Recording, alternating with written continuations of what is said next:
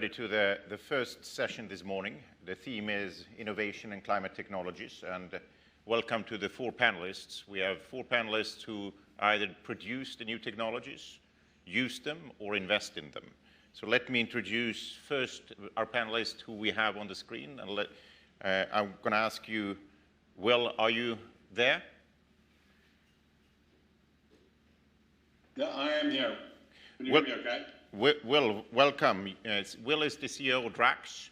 Drax is the large former fossil-based power producer in Britain who's led the way to a fully bioenergy-based electricity production, and is also the first energy player in the world committing to going net negative in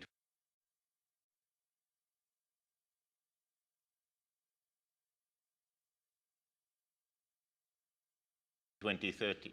Welcome, Will. And secondly, with us virtually, we have Herbert, who's the CEO and founder of Deutsche Erdwärme, and leading the technology development and deployment of large-scale geothermal heat production in Germany. Welcome.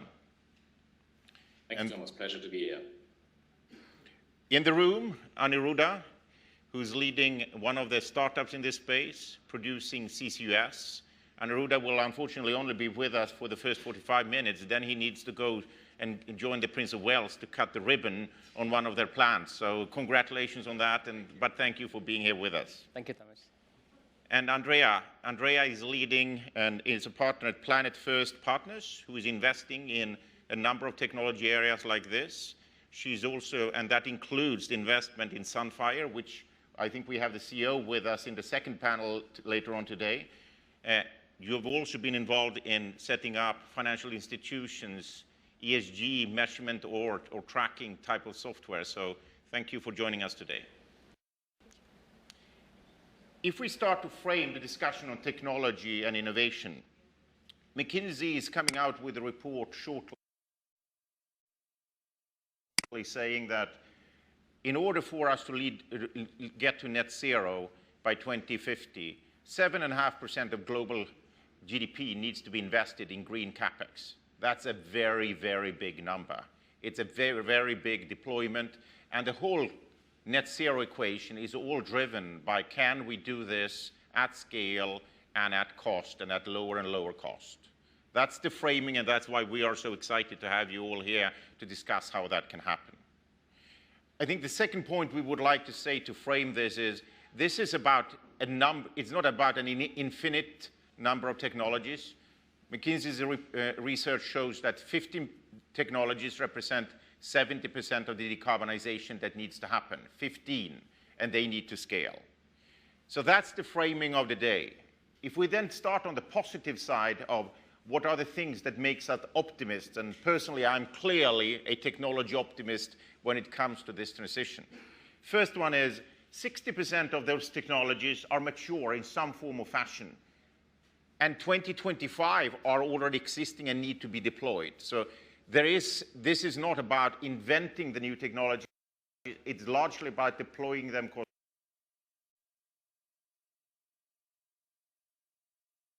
effectively.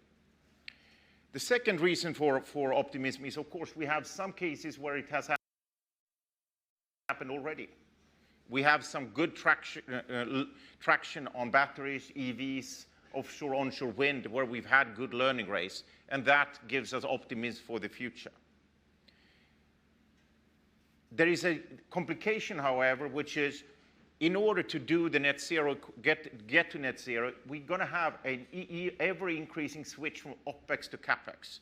Of the 7.5% I mentioned before, we think 20–30% of that is an OPEX to CAPEX switch, which of course for the customer is a challenge. How do we handle that? And the other question is, of course, will the capital be there for the next 30 years to really be able to deploy this at scale, not the first plants, but at scale? That's the second challenge. And of course, the third challenge for us is how can we do it fast enough? And how can we get the cost down fast enough?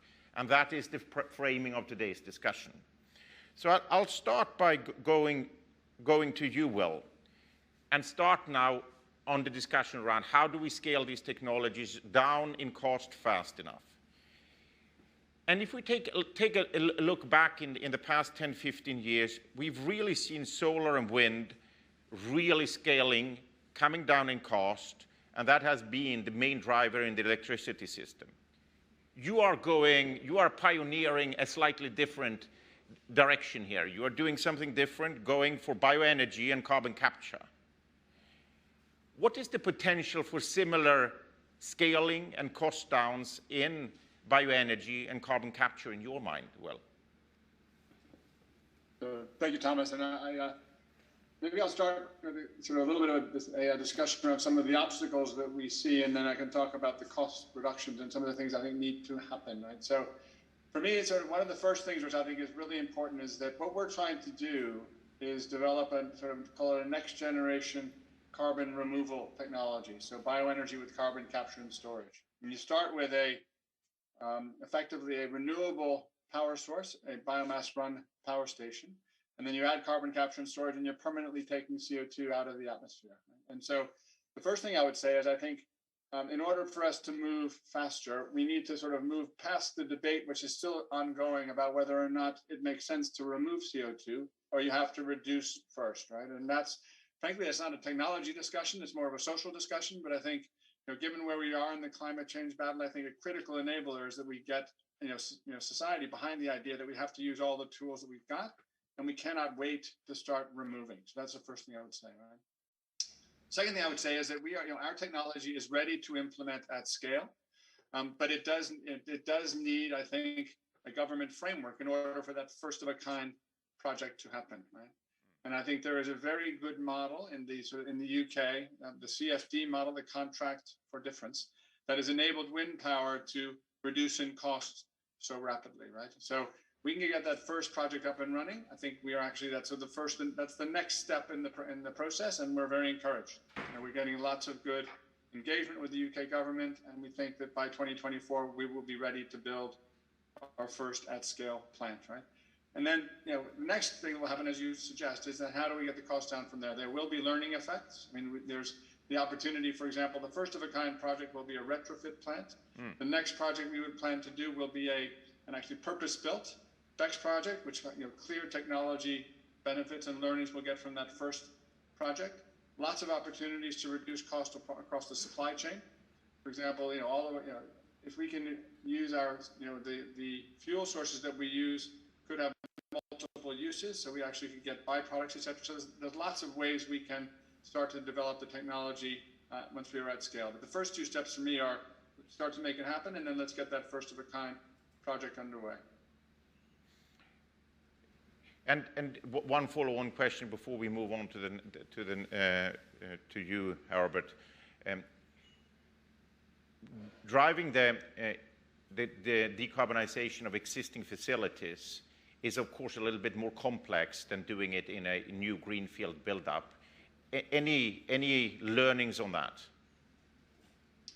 Well, definitely. I mean, I think there's clearly just simple logistical questions. When we take the Drax power station, what it is today, there is we have to put things in certain places, and it just costs more money to engineer around an existing site, right? But the other thing we have is that there's lots of heat exchange in the process, right? So effectively, when you need to heat up the solvent to actually sort of to take the CO2 out of the flue gas, then you need to cool it off to separate the solvent out again. And we actually are using heat that's tapped off from the existing power station to do that. And that's not the most efficient way to do it, right? So that's just one example of if we actually designed a BECCS power station from scratch, you can actually organize that heat exchange in a much more efficient way. Great. I'll go to you, Herbert. And as you know, Herbert, I'm Swedish, so in Sweden, we in our homes, we have geothermal heating in most of our homes driven by regulations. But we haven't seen it in many places of the world at scale. We've seen the scale up of wind and solar, and geothermal is a new technology now coming online and being deployed in Germany, and you're driving that. What are you seeing the biggest opportunities for scaling this up and the biggest hurdles? You're mute, Herbert. That's an excellent question. I mean, studies suggest that the potential we find in the in the earth is a multiple of the energy needs we have, right? So it seems like, we have solved the problem, right? And on top of that, actually, and I'll come back to that in a second, many applications are today already very cost competitive, and they can certainly compete against other alternative sources of renewable energy, but they can also compete against traditional energy sources. So why hasn't that really happened? Why hasn't it taken off? I think there are probably three areas which we need to look into. The first one is we need to have a better understanding of the geology. We do understand the geology. If I look globally in areas where we've had oil and gas exploration, where we've had deeper mining activities, that's where typically some of those studies were conducted. But that leaves many places blank. And unless we develop at least a fundamental understanding of what happens, 2 to 4 kilometers down, where we typically find those geothermal resources, it'll be very difficult to bring that to market and to scale it up. The second area is I think we need to get much smarter around the applications. So what I mean by applications, geothermal is essentially heat that you get from the inner of the earth, and you can do all types of things with heat, right? You can convert it into electricity, as is being done in several countries, and that can be a very effective way, but it's probably not the smartest way strategically how to use geothermal energy. You can obviously use it for heating, and I'm not only talking about heating for homes, I'm also talking about heating for industrial processes. In fact, a number of companies have approached us and say, listen, we are under pressure to reduce our carbon footprint in our production process. Our production process requires industrial heat of 120, 30, 40 degrees. So can you help us actually decarbonize those processes? So, industrial process, I think, is one, whether it's mud drying, agricultural products, pasteurization, beer brewing, you name it, right? There's a whole range of possible applications, but also cooling. I mean, you just need to put chillers in between, and you can produce air conditioned cooling. And finally, desalination is a huge application of geothermal energy, right? So you can link up a desalination plant with a geothermal plant, and all those applications have one tremendous benefit because geothermal energy runs 24/7, so it's baseload energy. So we don't need any storage solutions, etc. The only challenge really is to get the applications close to where the geothermal potential is. So I think that's the second piece, right? We globally we need to get smarter about the applications, and I think in many regions we haven't really understood how to benefit from the geothermal resource that is probably there, although it hasn't been fully exploited. And the third one, quite frankly, is as always, and I think Will already referred to it, is governance and regulation. Geothermal projects are capital intensive. It's a lot of capital you need to deploy, and you need to have the confidence that you can actually earn your return over 10 years and more. So you need to have a stability about the regulatory framework, whether it's offtake, whether it's feed-in tariffs, whether this is because you exploit something below the surface. There's a mining law component inevitably to it. So who has the right to those resources below?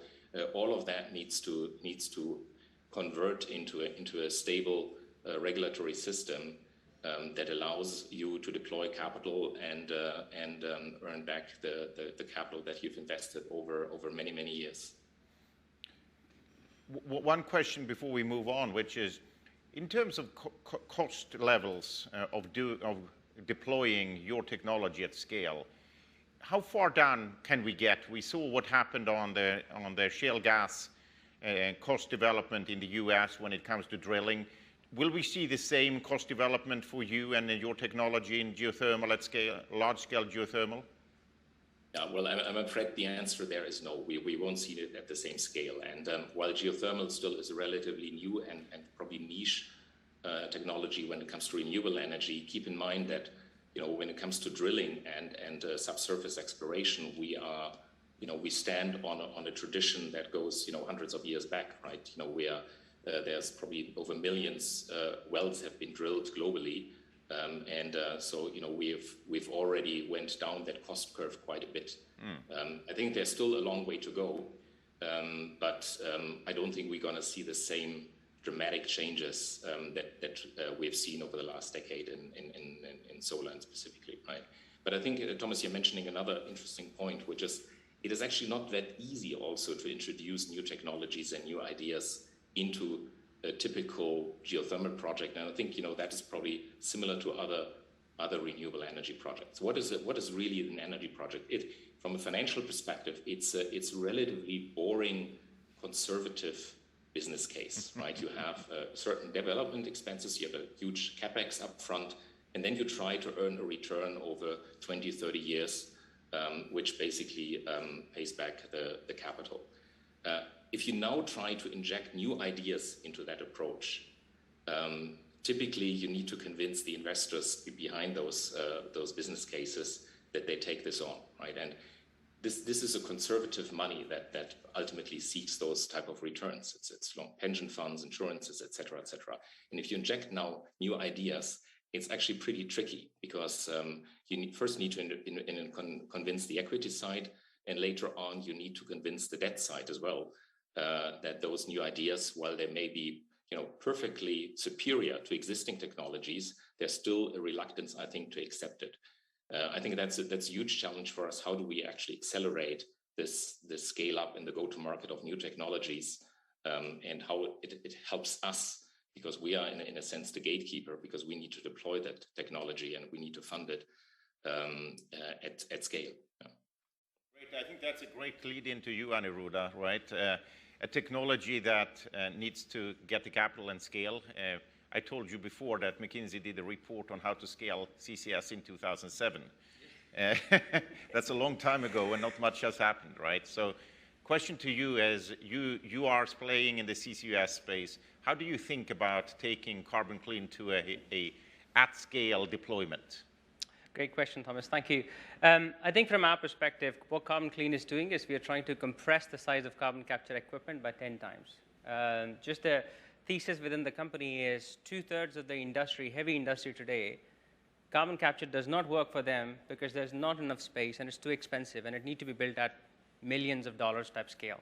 What we are trying to do is we're trying to make it much more modular, make it much more smaller, and mass produce it. It has to be a bit like a Tesla type model. It has to be that one square solar panel that's produced millions of times, and then you can achieve the cost reduction there. So that's what we're focusing on. For heavy industry specifically, it brings two benefits. One is that you get the flexibility. You know, again, most of the companies we talk to, they want to buy carbon capture, they want to implement CCUS, but it has to be a solution that works along with a couple of other things. So they're thinking about green hydrogen, they're thinking about biomass. I mean, Bill's company is doing great work on biomass, BECCS. But they are thinking about all these options. So they're thinking about, okay, well, if I get a modular carbon capture unit that works for me at a certain scale, then I can, at the same point of time between now and 2025, I can trial other things, green hydrogen and biomass as well, and look at combinations. I mean, a good project we announced last week with CEMEX, which is CO2 capture, green hydrogen from offshore wind, and sustainable aviation fuel. The second benefit this brings in is scalability. So like I said, you know, it's a bit like a Tesla type model. Once you have got the unit fixed and designed fixed, then you build almost like a gigafactory, you know, exactly what's happening with batteries now. We're in a place where we can build gigafactories and then scale up the technology and reduce the costs. So that's the second benefit it sort of brings out, especially for the users who are thinking about decarbonization in 2025, 2030, which is not so far for heavy industry. And I just learned from a newly employed McKinsey colleague who came from Tesla. He introduced me to a concept of, from Tesla, they call it the curve of insanity, which is how far down can you come in cost, how fast? And they don't start with saying what's feasible. They start by saying where do we want to get and how do we get there? What is your curve of insanity for Carbon Clean and for the carbon capture space? It's a very good question. You've put me almost on a spot here.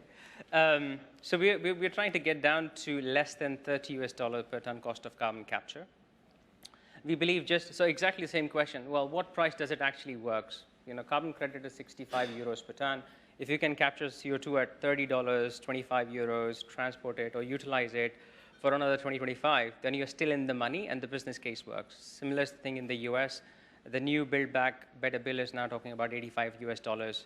So the business case works. So for us, it's $30 US or maybe less than that. And the good news is, if we can get to that just mega factory, produce 279 units from one factory, we get to that.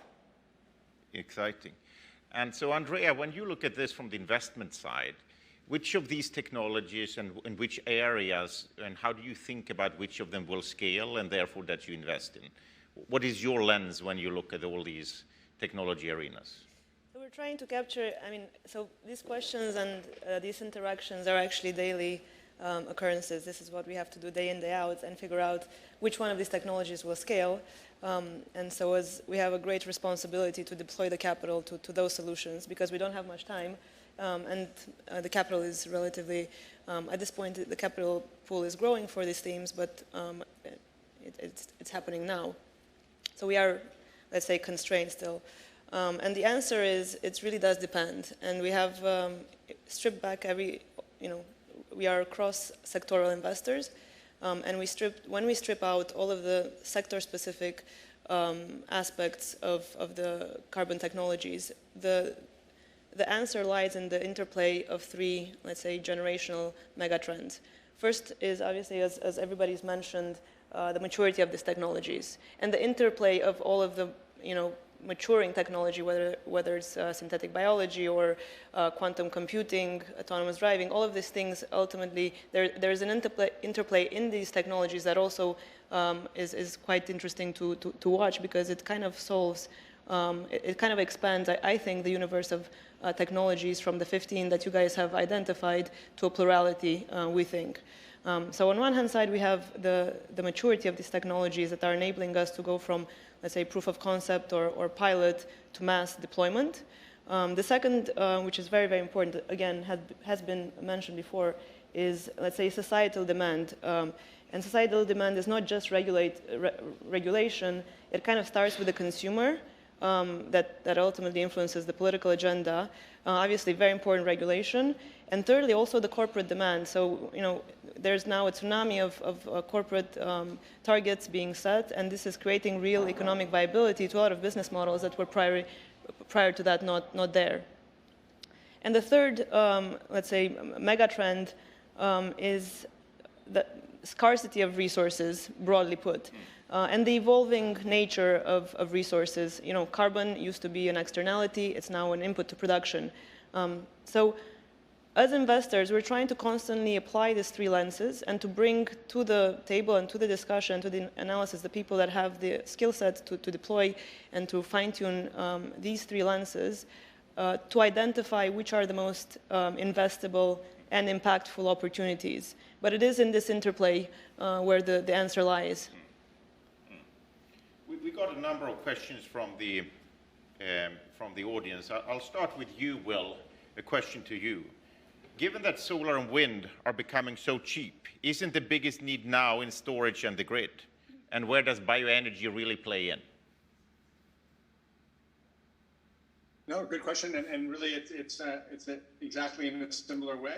I guess we see bioenergy as having really two critical roles that it can play going forward. So one is effectively it is baseload power, and it fundamentally in a country like the UK, where you may have days where we had actually in September, or weeks when the wind is not blowing and the sun doesn't shine as much as we would like, then storage is not there yet, right? So fundamentally, storage is a big part of the picture, but having a baseload power that is renewable is also fundamental, and bioenergy can play a big role in that, right? And the other one is the carbon removal, right? And for me, if we can actually take CO2 out of the atmosphere, store it permanently under the rock right now we can do that for about 100 pounds a ton.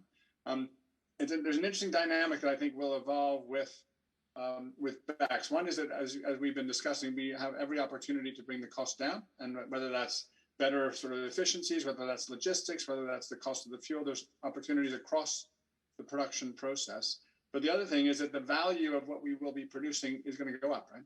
I mean, the carbon price is going only one direction. And, if we can do this for 100 pounds a ton, it's a really attractive opportunity that I think has, really interesting opportunities to scale on a global basis.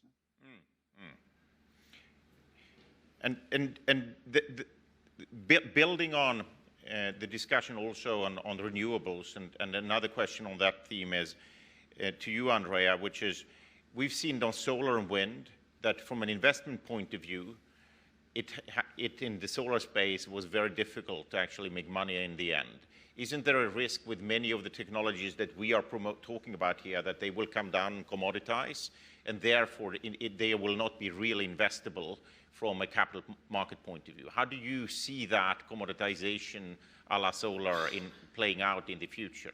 Well, we are invested in hydrogen, so we get this question all the time. And it was clearly the first question on my mind as well. And I think there are a couple of things there. On one hand side, I think the European Union has a very clear climate agenda, something that was not necessarily there, implemented in the solar industry. So we first spent a ton of time understanding how solar went bad, not just in Europe, but also in the US. And our approach to hydrogen, let's say, was very much influenced by the learnings there.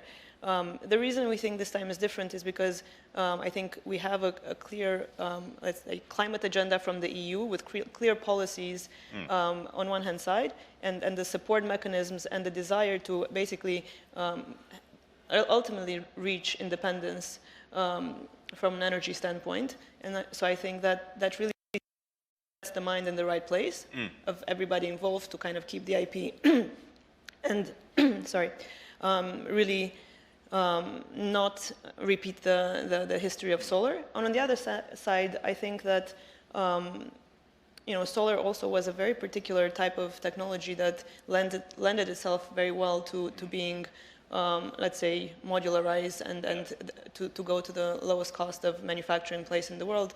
We think hydrogen is very different to that in the sense that it's a much bigger capital deployment for the partner. It's much more a partnership, especially in the initial deployments of 100 megawatt. And so being on the ground, having that strong IP, being able to offer the maintenance and the insurance that, if something happens with the installation, you're going to be able to react very, very quickly. I think that will be very important.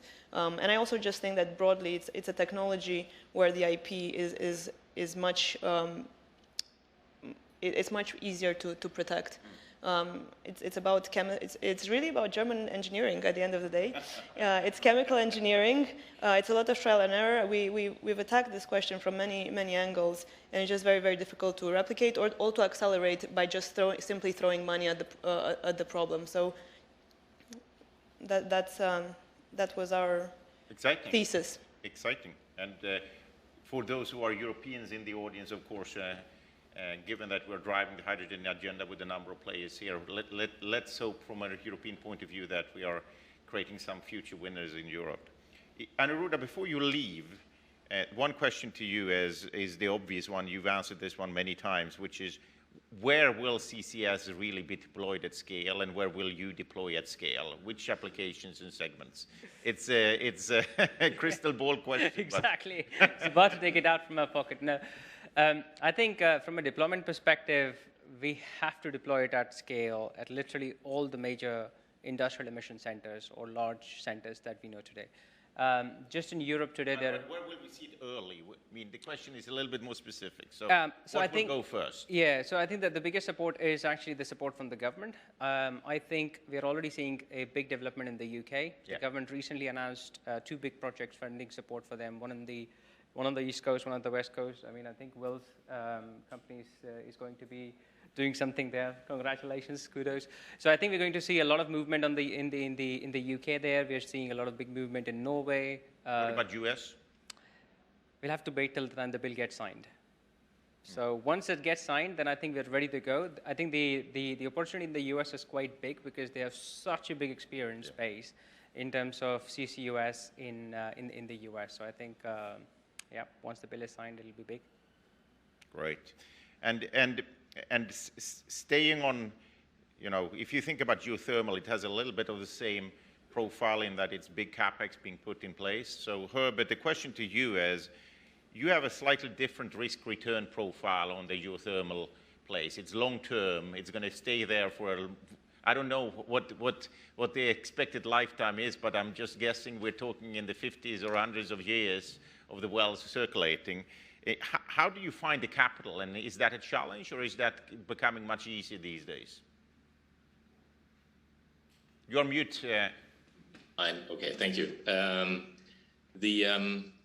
So let me first start with the duration of those plants, right? I mean, typically the limitations is actually more the installation you have on the surface rather than the reservoir itself. Those geothermal reservoirs literally can almost run forever if you design them in the right way. And then, obviously you need to look at the well over at certain intervals and monitor the well integrity. But, all of that can indeed lead to projects that can easily run 30, 40, 50 years, without any problem.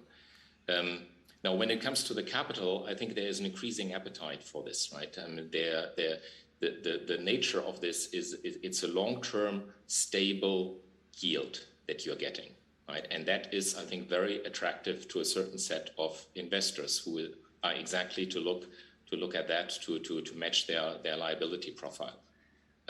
So I think there's actually a lot of capital out there right now that is fundamentally interested in this.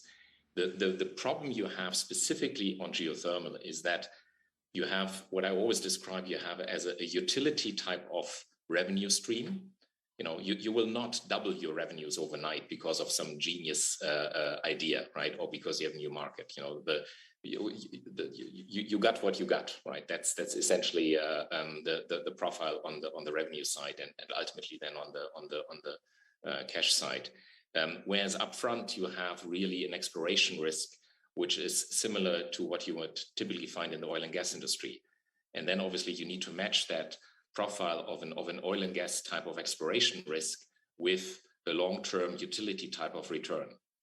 And that is, I think, not so easy hurdle to overcome. But I think it can be overcome. It can be overcome simply by ever getting better, and that's where we benefit a lot of new technology by ever better exploration techniques. I think there's the saying which roughly translates into English, right? If the miner goes down, everything is dark before his eyes. That's certainly no longer true, right? We actually where we do our exploration, we have a very, very detailed understanding of the conditions below the surface, and I could almost invite you to hike at 4 kilometer depth, and I will show you and say, to the left you'll see now this structure, and watch out, there's a little river, former river going on the right hand side, and then very soon in 500 meters we'll go down the slope. So the understanding of the subsurface has improved dramatically, and I think there's still, by the way, a lot of things to go. So one of the new technologies I mentioned is there's this whole debate whether satellite imaging can actually help with exploration, so that you can basically move on from the traditional ways how we have explored the geology so far. So I think there's still a lot to come. But if you can bridge that dilemma, the utility type of long-term return with an exploration risk, I think there's sufficient capital out there that actually also is interested in driving this development. Thank you, Anuruddha, and good luck. I should apologize, but if anyone is interested in seeing the future of carbon capture, we're showing it here at Glasgow, so you can reach out to Thomas or to myself. Thank you. Thank you.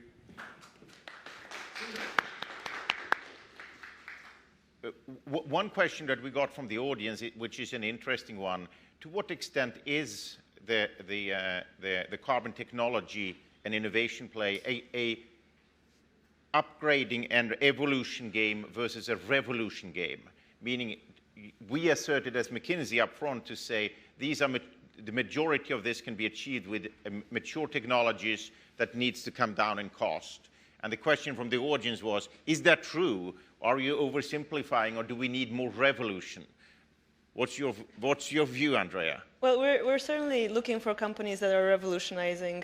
So that would be my answer, because somehow the other side, the more gradual evolution, we've seen that it's not really taking us where we need to get to. So we actually really do believe that, I mean, the entire thesis around our fund and all of the funds that are emerging in this is that there will be a revolution. They need capital, and they need smart people to figure out which ones are basically the horses to put a back behind, to put our bet behind. And it's not easy because you see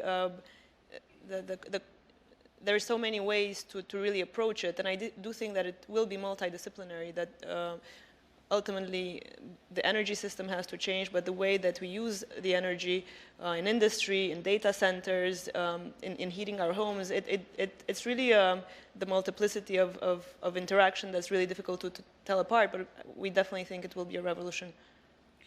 Like that. I mean, the counter-argument to that would be, and I think, Will, you're raising your hand.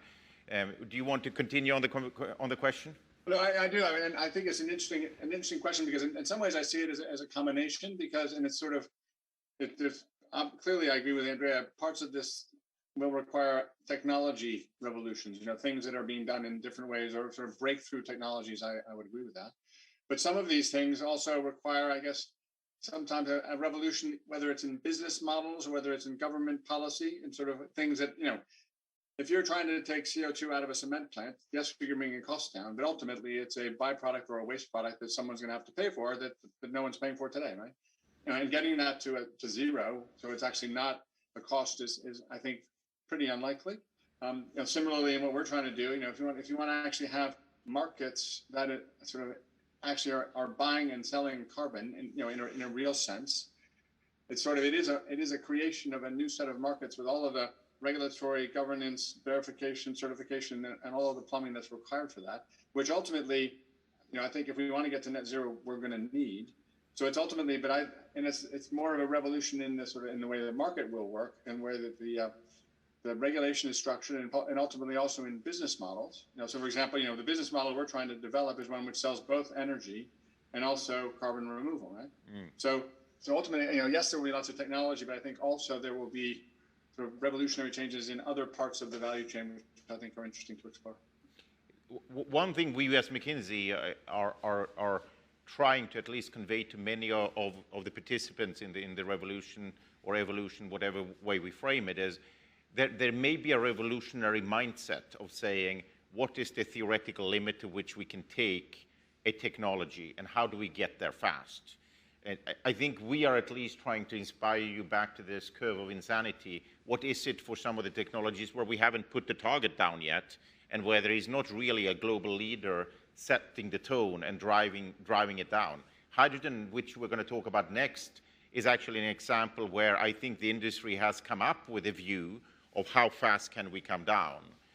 And we are, for example, we talked about long duration storage earlier. We're trying to engage in something similar there and other technologies as well, because we feel that that mindset of where you can take it, and if it's ambitious enough, it will help industries and innovation and pace to happen. So does that resonate with you, or are we, McKinsey, a little bit optimistic and smoking dope here? Sorry. Yeah, Thomas, I think, I just wanted to add what Will just said. I think that's important. And let me just use one example, right?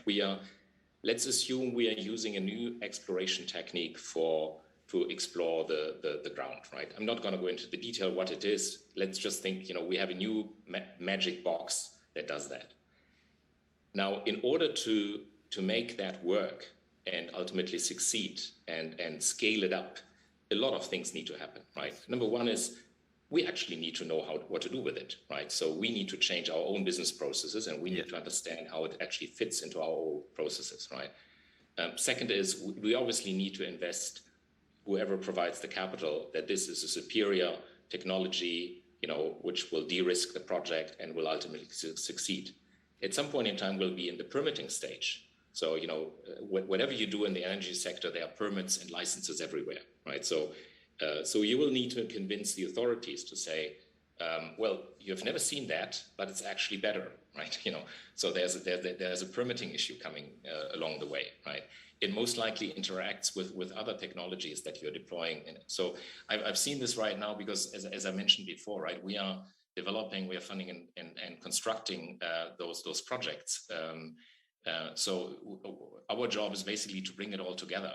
And it is just not sufficient to have just one piece of the puzzle, which is superior if you can't make the other ones work. And that's, I think, where the heavy lifting really starts. Yeah, and where you are, Herbert, you are creating a new market, and creating a new market and getting all the stakeholders around it to realize what it is and rally around creating the foundations of it is heavy lifting. And so we totally agree with that. And the question to you, Andrea, is, when you invest in companies like Herbert's business and the likes, how do you see many of them who are trying to do that difficult thing that they are doing, which is building a new market?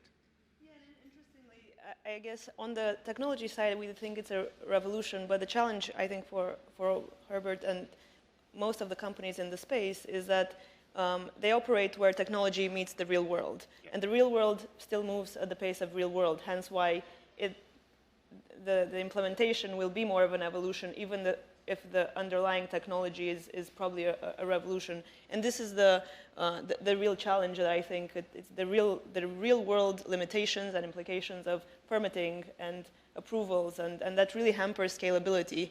And so it's the biggest challenge in my mind to, especially in the areas of energy, that are limiting the propensity to invest, I guess, for investors, but also the ability of these technologies to really scale up in the real world. So that's the biggest hurdle that I think we kind of all need to come together to fix.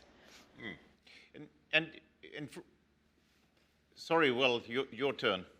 No, I was just going to sort of one more thought on this curve insanity question, which I think is a very interesting one, because it's, we have a publicly stated objective to reduce the cost of our biomass power generation from 75 pounds per megawatt hour down to 50. Right? And the ways of doing that, some are traditional, sort of easily measurable, clear business case. For example, if I put in a rail line to one of my pellet plants and replace trucking, it's very simple, right? But some of them are much more difficult, right? And you sort of say, okay, if I invest in a new technology, that is sort of has the potential ultimately, if it works, to take 5 pounds per megawatt hour across my whole fleet, super interesting. But when you're actually in a one of the challenges is that our business is fundamentally a relative, quite a traditional, power utility, right? And so actually sort of getting the sort of curve of insanity mindset to work across the whole business, where traditionally, as Herbert is pointing out, it's traditionally about, doing things in a utility-like fashion that work all the time, 100% stable, and the returns are 6%. We're going for it, but it's quite an interesting challenge. Yeah, it is. We're getting to a close. I think the closing remark from McKinsey to all of you who joined us on the panel, and to everybody who's joining us virtually or in the room, is we are technology optimists. I think we are clearly seeing that markets are being created, and our view is to say there will be X number, is it 50 or 100 Teslas created in the next 30 years if we're going to solve the net zero equation. And those of you who are the leaders of those future winners, you are going to be very, very, very ambitious in building new markets, rallying troops across the world. Is it regulators? Is it customers? Is it participants in the value chain? And you're going to make a fabulous job in creating technologies that scale. We are inspired by what we're seeing, and we're seeing more and more players really thinking that way. And we think that is the real opportunity for you all, and also for the buyers of these technologies to participate in it, because you have the demand that can enable it and can make it go faster, like you are doing well on the CCS side. And so that's what we are seeing, which makes us optimistic also about the net zero challenge. That said, of course, it's a big, big, big challenge to get it at enough pace to take off. So overall, I think our message and to all of you is there is going to be, I don't know if it's 50 Teslas, but it's somewhere in that order of magnitude. We hope some of you in the room will be those guys, and thank you for joining. And I will then finish off by saying, thank you, dear panelists. It was a great conversation. Thank you for taking the time. We will now pause and take 20 minutes pause, and we will then be back shortly. So you who are with us virtually, dial back or get back in 10, 15 minutes, and we will take the next session, which will be a deep dive on hydrogen. Thank you, everybody. Thanks. That was good.